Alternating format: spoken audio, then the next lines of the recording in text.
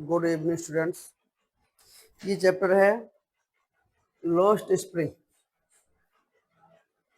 और lost spring flamingo book का chapter second chapter है, stories of stolen childhood. Lost spring का मतलब हुआ आता है कि जो बच्चे अपना बचपन को खो देते हैं, उनका एडोलसेंस की एज होती है, उससे पहले बच्चे अपना बचपन खो देते हैं, तो लॉस्ट स्प्रिंग उसका मीन्स दिया गया है खोई हुई चाइल्डहुड। तो इसमें स्टोरी ऑफ स्टोलन चाइल्डहुड से लिया गया है इसको। अबाउट द ऑथर के बारे में क्या दिया गया है,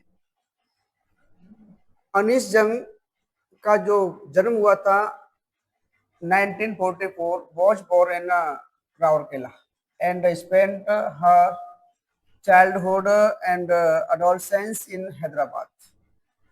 अब इसमें इसकी जो नरेटर हैं वो अनीस जंग है। उनका जो जन्म हुआ था 1944 में हुआ था। was born in Rourkela, Rourkela में, और स्पेन राउरकेला में जन्म हुआ था उनका, और स्पेंट हर चाइल्डहुड, और उन्होंने अपने बचपन को गुजारा था, और अडोलसेंस बचपन को गुजारा था, और अडोलसेंस किशोरावस्था को उन्होंने हैदराबाद में गुजारा था। उनका समय व्यतीत हुआ यहाँ पर। सी रिसीव्ड हर एजुकेशन, और उन्होंने शिक्षा प्राप्त की थी इन हैदराबाद। उन्होंने ये बताते हैं कि अनीस जंग ने रावरकेला में उनका जन्म हुआ और अपना बचपन उन्होंने गुजारा था, और किशोरावस्था, बचपन और किशोरावस्था उन्होंने हैदराबाद में गुजारी थी, और उन्होंने एजुकेशन जो प्राप्त की थी, शिक्षा प्राप्त की थी, उन्होंने हैदराबाद से प्राप्त की थी, and in the United states of America, और यूएसए में जाकर के उन्होंने, हैदराबाद और यूएसए में उन्होंने शिक्षा प्राप्त की थी। हर पेरेंट्स वर बोथ राइटर्स। अब अनीस जंग के जो पिता और माँ दोनों थे, माता पिता उनके लेखक थे। अनीस जंग बिगन हर कैरियर, और उन्होंने अपना जो कैरियर था वो शुरुआत की थी उसकी as a writer in India, Bharat में एक लेखक के रूप में उन्होंने अपना कैरियर, जीवन प्रारंभ किया था। She has been an editor, वह एक editor and columnist for major newspaper in India abroad. वह विदेशों में और भारत में जो मुख्य समाचार पत्र थे उनके लिए एक स्तंभकार और एडिटर में संपादक रह चुकी हैं।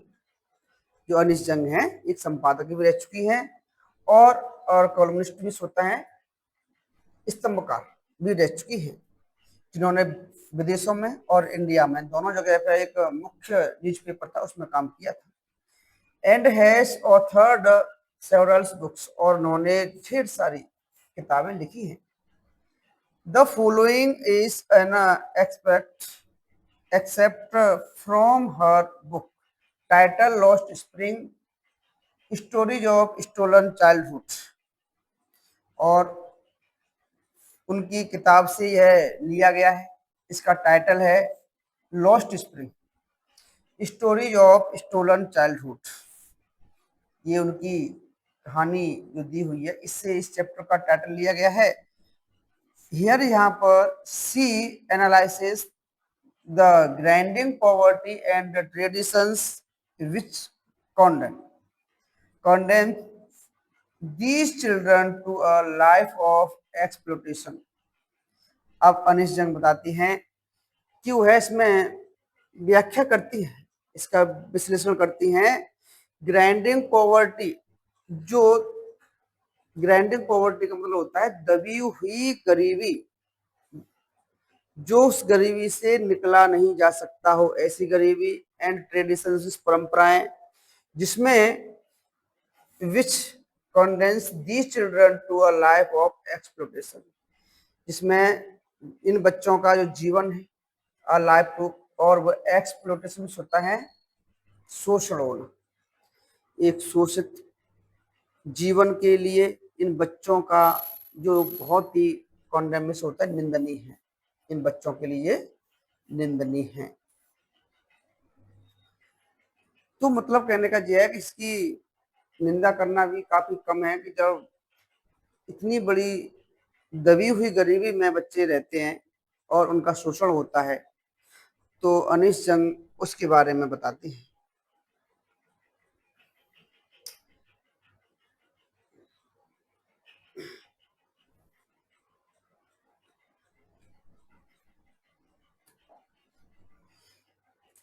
ये नोटिस के कुछ मीनिंग दिए हुए हैं, इसके नीचे देखो, देखते हैं मीनिंग एक एक करके हम इन मीनिंगों को इसमें ही देखेंगे कि किसका मीन्स कहाँ कहाँ क्या दिया गया है। Sometimes I find a rupees in the garbage. इसमें एक लड़का है साहेब नाम का, वो कहता है कभी कभी तो मुझे कूड़े के जो ढेर थे उनमें 1 रुपया भी मिल जाया करता था, 1 रुपया भी मिलता था। Why do you do this? अब इसके बाद में आई आस्क्ड साहेब, मैंने साहेब से पूछा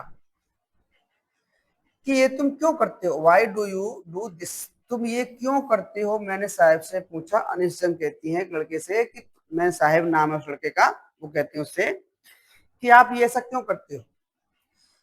तो whom I encounter every morning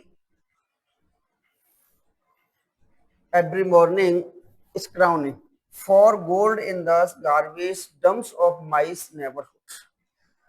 वो कहते हैं कि जब मैं, मेरा सामना होता है, एनकाउंटर का मतलब होता है सामना होना, जब मेरा सामना होता था एवरी मॉर्निंग, प्रत्येक सुबह ढूंढते में for gold in the garbage dump of my neighbourhood, मेरे पड़ोस की जो गार्बेज, जो कूड़ा करकट होता है, कचरे के ढेरों में, जो कचरा होता है उसके ढेरों में गोल्ड, गोल्ड ढूंढने के लिए सुबह सुबह बच्चे निकलते थे, तो मेरा उनसे सामना होता था।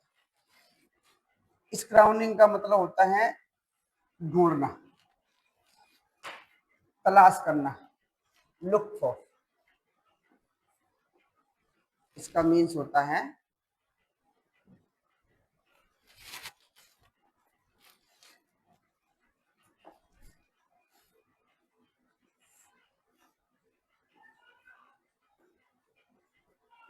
लुक फॉर, तलाश करना।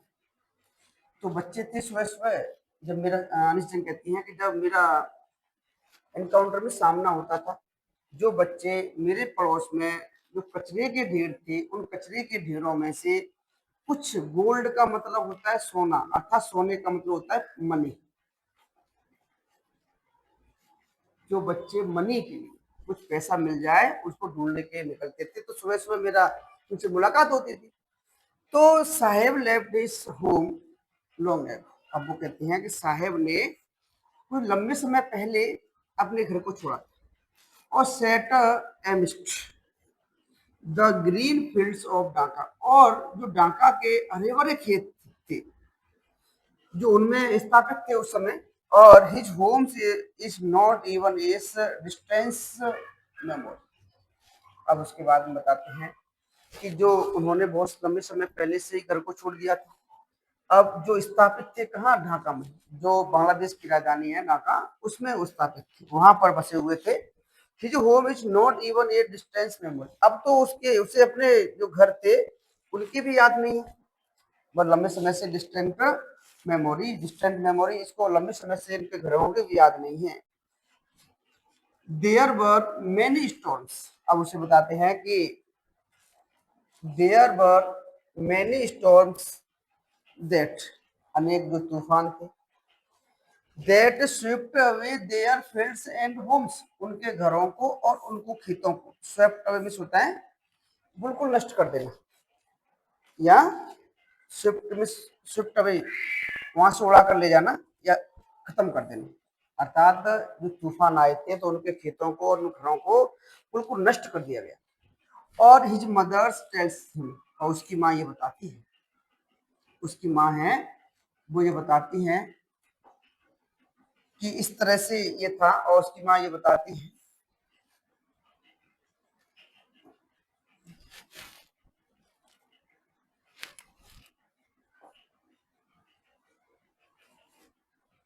दैट्स वाई, और यही कारण था कि दे लेफ्ट, उन्होंने छोड़ दिया, इसकी वजह से इन्होंने छोड़ दिया था। Looking for gold in the big cities, और वो है बड़े शहरों में पैसे की खोज के लिए, पैसे खोजने के लिए, पैसे की खोज में वो बड़े बड़े शहरों में आ गए थे, जहां पर ही नाव लिव, जहां पर वो रहते, अर्थात उस समय पूरे जो नागा में रहते थे तो उनके घर बार थे, खेत थे, वो सभी नष्ट हो गए थे। तो नष्ट होने से वो इधर इंडिया में आ गए, और इंडिया में मतलब कहने का जय बड़े बड़े शहरों में बस गए। और उसके बाद में शहरों में आने के बाद वो इन शहरों में बस गए, इन द बिग सिटीज, बड़े बड़े शहरों में, जहां वो रह रहे हैं। I have nothing else to do, अब वो कहते हैं कि मेरे पास करने के लिए कुछ भी नहीं है। ही मटर्ड हुआ, थोड़ा सा भूत हो जाता है, कहता है कि मेरे पास करने के लिए कुछ नहीं है, लुकिंग अवे, निगाहों को चुराते हुए कह रहा है। इसके बाद में गो टू स्कूल, स्कूल जाओ। आई से गिलबिलिस, मैंने गिलबिलिस, मैंने एक उत्सुकता के साथ में कहा कि आप स्कूल जाइए, एक धैर्य के साथ में, मतलब एक कॉन्फिडेंस के साथ में मैंने कहा कि आप स्कूल जाइए। तो रियलाइजिंग इमीडिएटली हाउ हेलो, और ये महसूस करते हुए कि तुरंत ही हाउ होलोस दस एडवाइस मस्ट साउंड, कि यह जो सलाह है वो कितनी खोखली होगी। मैंने ये महसूस किया तुरंत ही कि जो होलोमस होती है, खोखली होना, खोखली की जो सलाह है वो कितनी खोखली है, ये मैंने तुरंत ही महसूस किया। इसके बाद में there is no school in my neighbourhood, अब वो कहता है कि मेरे पड़ोस में कोई स्कूल नहीं है, मेरे पड़ोस में कोई स्कूल नहीं है। व्हेन जब they build one I will go, तो वो कहता है कि मैं स्कूल अवश्य जाऊंगा, जब तुम स्कूल बनाए, जब तुम स्कूल बना लें, जब वो स्कूल बनाए तो मैं स्कूल जाऊंगा। तो इस प्रकार से अनिस जंग से साहब कहता है। इसके बाद में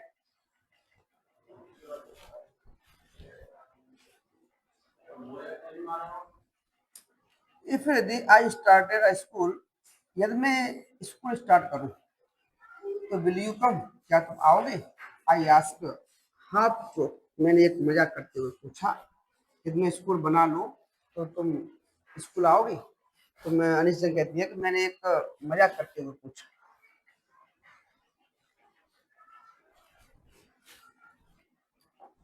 इसके बाद में यस हाँ, ही से जो कहता है स्माइलिंग ब्रॉडली, और बड़ी हंसते मुस्कुराहट के साथ में दिल खुश होकर के वो कहता है यस हाँ, आप स्कूल बना लें तो मैं अवश्य आऊंगा। अ फ्यू डेज लेटर, कुछ समय के बाद में, कुछ दिनों के बाद में क्या होता है, I see him running up to me, तो मैंने उससे, मैंने देखा कि वह मेरी तरफ आ रहा है, मेरी तरफ आते हुए मैंने उसको देखा, देखती हूँ। तो वो कहता है इज योर स्कूल रेडी, क्या तुम्हारा स्कूल तैयार है?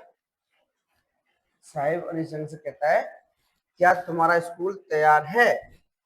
तो it takes longer to build a school, वो कहती हैं कि स्कूल बनाने में थोड़ा लंबा समय लगता है, स्कूल के लिए लंबा समय लगता है। आई सिस, मैं कहती हूँ इम्ब्रेस्ड eight having made a promise, और मैं एक शर्मिंदगी के साथ, इम्ब्रेस्ड होता है शर्मिंदगी के साथ में, having a made a promise, जो एक वादा किया गया था, तो दैट नॉट मीट, इसका मतलब ही नहीं था कुछ, जो मैंने कहा था कि मैं स्कूल बना लूं तो आप आ जाओगे, इसका कोई मतलब नहीं था। उस वादे को पूरा करने के लिए मुझे थोड़ी सी, अब इस तरह से मैंने कहा तो मुझे शर्मिंदगी से महसूस हुई।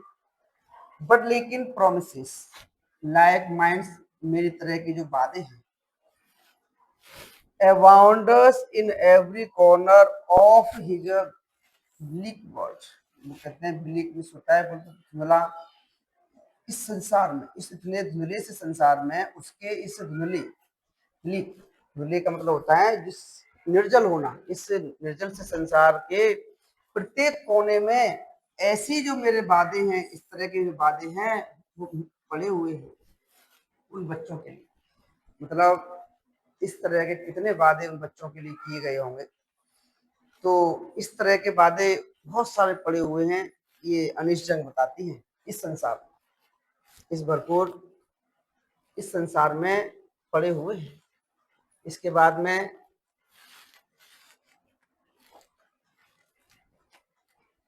After months of knowing him, अब महीनों तक उसे जानते हुए, उसे महीनों तक, महीनों के बाद में उसे महीने पर उसके बारे में जानते हुए, आई आस्क हिम, मैंने उससे पूछती हूँ, इसलिए मैंने उसका नाम पूछा।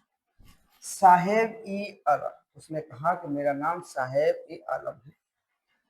तो ही अनाउंसेस, वह बताता है कि मेरा नाम साहेब ई आलम है।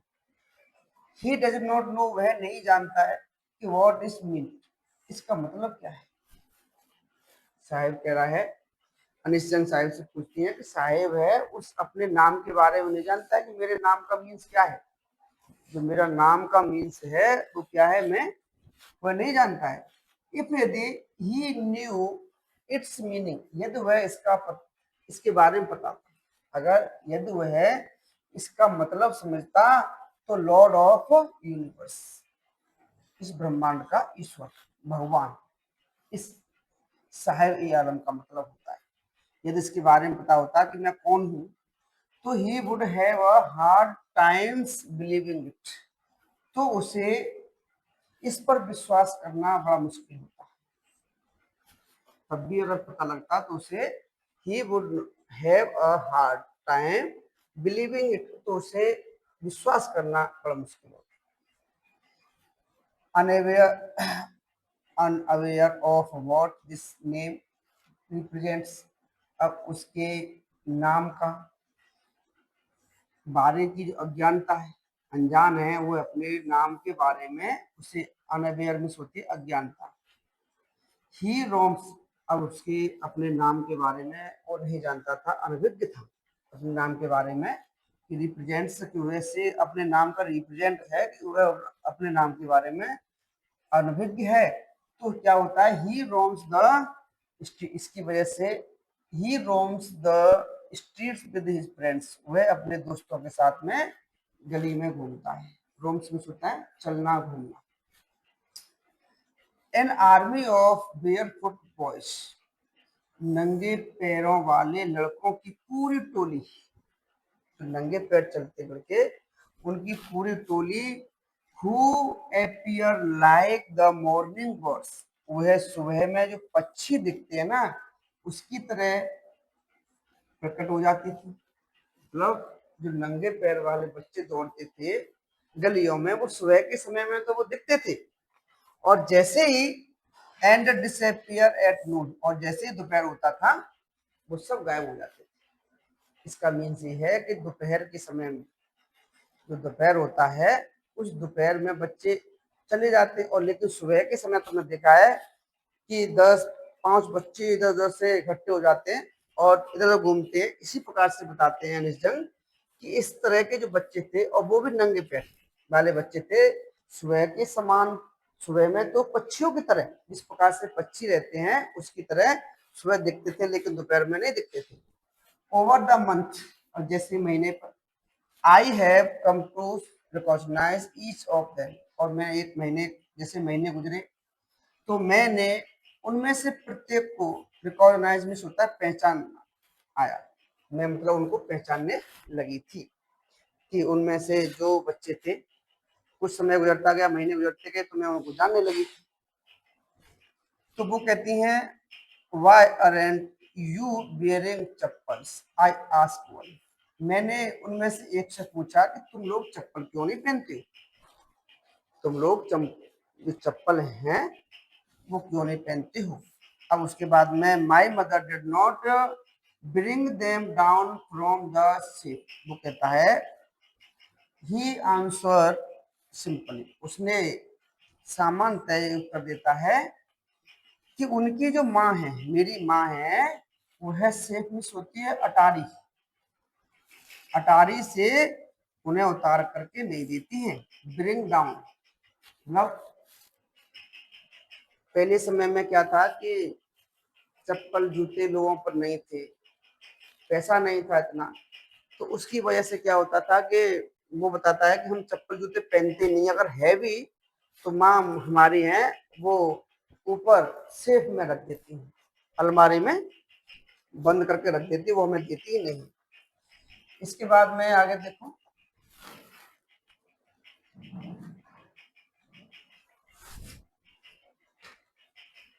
इवन यदि सी डिड, यदि वह ऐसा करती है,